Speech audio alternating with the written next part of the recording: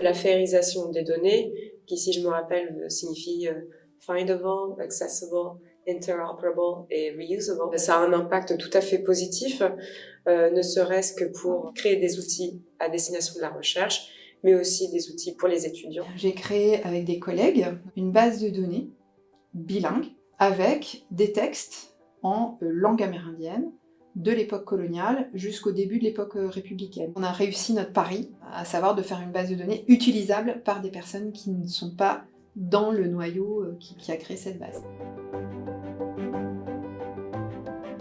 C'est exactement le rôle de ce bibliothécaire du temps de ma thèse qui allait voir le chercheur et qui lui disait « s'il vous plaît, ramenez les livres pour que tout le monde puisse les utiliser ». Donc le premier impact pour moi, c'est celui-là, c'est d'amener les collègues à partager. Et j'ai commencé à mettre la version PDF sur HAL, ne serait-ce que pour le signalement, mais aussi pour la récupération des données elles-mêmes. Mais c'est vrai que pour les collègues dans le domaine de l'histoire littéraire, ce qui compte, c'est l'édition papier. Nous sommes dans un milieu où parfois encore il y a une forme de personnalisation qui peut être assez aiguë de résultats que l'on a acquis et que l'on n'a pas envie de partager trop vite. Ce qu'il faut comprendre, c'est que par le partage de données, quand c'est bien déposé, que les métadonnées sont bien enregistrées, etc., nous, en tant que créateurs de la donnée, on n'est pas effacés. Au contraire, notre présence, elle est affirmée. Dire qu'on a travaillé sur des données qui sont inaccessibles, ça veut dire qu'on n'a pas travaillé. Vraiment, l'exigence chez nous de reproductibilité en maths et en stats et en informatique, elle prend des proportions très importantes. Il y a ce paradoxe, il y a ce double tranchant, d'un côté d'une nécessité d'ouverture et puis d'autre côté, attention, vie privée. Si on garde les données pour nous, en fait, il ne se passera pas grand-chose. Le fait de rendre tout de suite les textes accessibles, ça a encouragé nos collègues historiens de nous envoyer leurs textes, donc d'enrichir notre base. Nous, on leur traduisait et on le mettait en ligne. Du coup, c'était d'emblée partagé.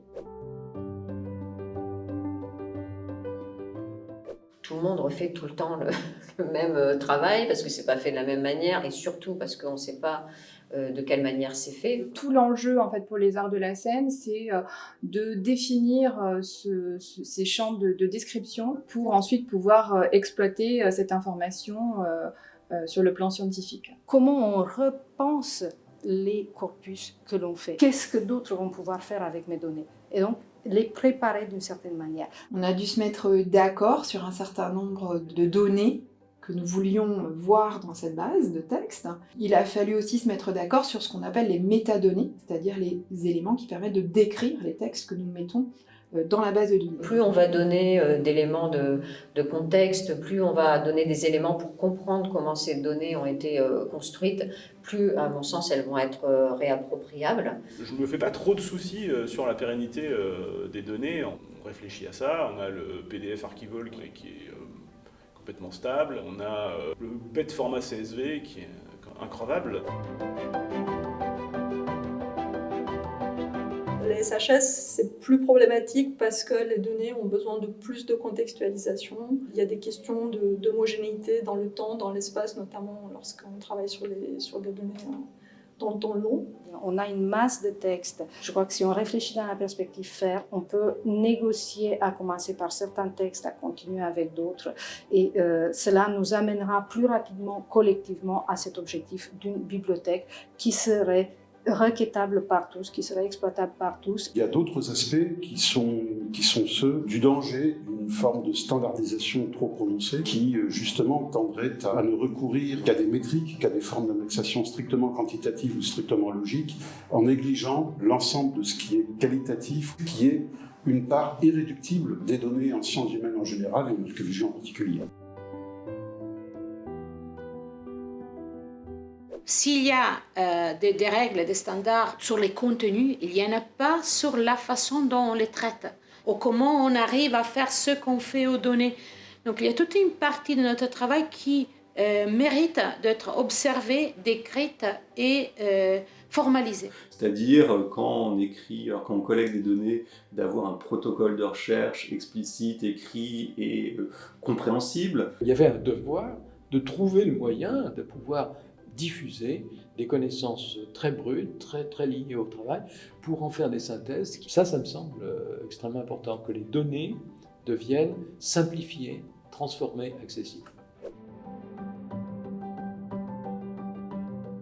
On va véritablement moins se représenter le travail de recherche comme une quête solitaire d'une vérité plus ou moins saisissable, pour beaucoup plus un travail collectif. On a mobilisé les compétences d'historien, de philologue, linguiste et d'anthropologue. Un projet de base de données de cette ampleur-là ne peut pas se faire sans une équipe pluridisciplinaire.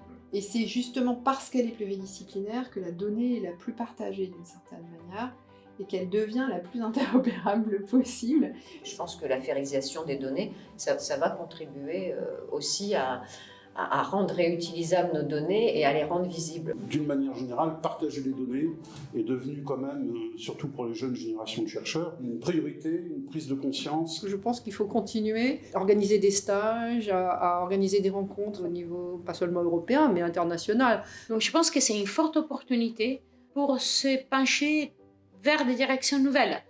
Et ça donne envie en fait.